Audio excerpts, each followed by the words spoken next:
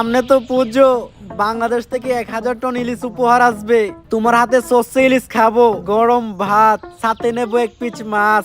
একটু মাছ ভেঙে ভাতের সাথে মাখিয়ে মুখে দিলেই। এমএলএ দাদা, বাংলাদেশ থেকে একটা সেটা ভাঙা খবর এসেছে দাদা। ইংরেজি মারাও দেয়। দিলে তো গরম ভাতে পানিটা ঢেলে সবে মাত্র গরম ভাতের সাথে সর্ষে ইলিশটা মাখিয়ে মুখে দেবো। আরে দাদা, ইলিশ থাকলে তো সর্ষে ইলিশ খাবেন। এবার তো বাংলাদেশ থেকে আর পদ্মার রূপালী ইলিশ উপহার আসবে না। সে কি? তাহলে আমরা পদ্মার ইলিশ খাবো কিভাবে? এর প্রতিশোধ আমাদের নিতেই হবে দাদা। বাংলাদেশে এমন কিছু রপ্তানি বন্ধ করতে হবে যেটা ছাড়া বাংলাদেশ আর বাংলাদেশ থাকবে না। সেটা কি? রাজুদার পকেট পরোটা আর তরকারি।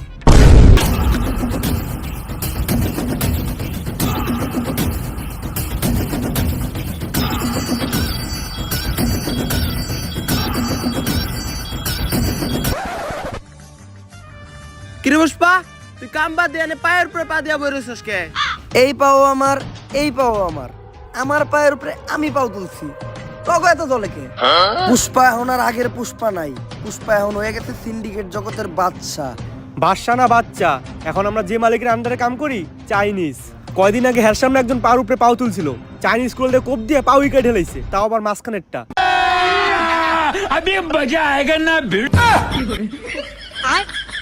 আরে পুষ্পা বাউ, আপনি পাও না মইলেন কে? আপনার এই অ্যাটিটিউড দেখেই তো আমি আপনার লগে আইছিলাম।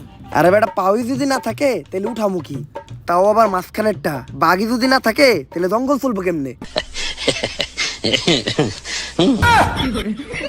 পুষ্পা, তোর লাগে একটা অফার আছে। সিন্ডিকেট জগতেই তোর মতো আরেক ভোদাই গাল কাটা শামসু, তোরে একটা ডিল দিব। এই সিন্ডিকেট জগতে আর এমন কোন ভুদাই ধর্ম নাই যে এই পুষ্পা ঘেউরে ডিল দিব। পুষ্পা নিজের ছাড়া অন্যের কাজ করে না, কারণ পুষ্পা ঝুঁকেগা নেই। থাক, 50 লাখ টাকার একটা ডিল ছিল, অন্য করে দেইগা। रुको जरा सबर करो। আরে 50 লাখ টাকার লেগে তো ঝুঁকাই যায়।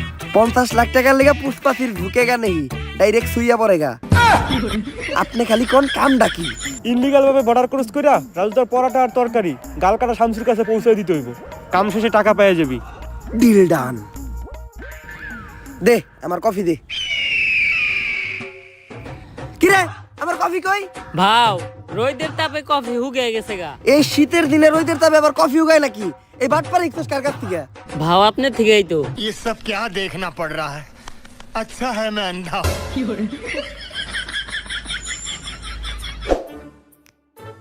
ভাও, একটা কথা আপনারে কখনো জিজ্ঞানো হয় নাই। কি?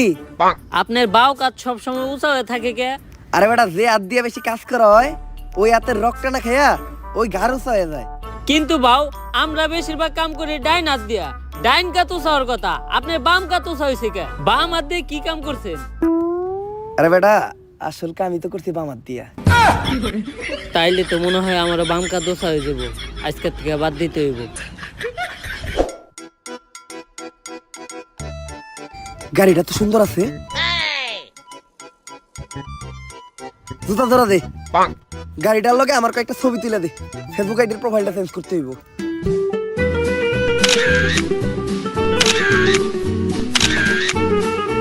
শালা ফকিন্নি আমার গাড়িটা ময়লা করে দিল, সরেন দে। এখন যা আবার গাড়িটা ধুইতে হইব।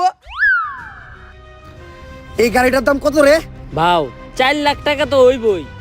এই গাড়িটাই আমার লাগবো। এই গাড়ি ছাড়া আমি এই জায়গার থেকে এক পা লড়বো না। যা, এই গাড়িটা কিনা লই আয়। ভাও, আমগো দুইজনের অ্যাকাউন্ট চাটলেও তো 40 টাকার বেশি বাইরেইব না। তাইলে এখন কি করবেন? হাইটাই যামু। আজকে লড়তাছি, আর কখনো কিন্তু লড়বো না। ছবি দিন সাইডটা তুলছস না, ছবিটি দেখা।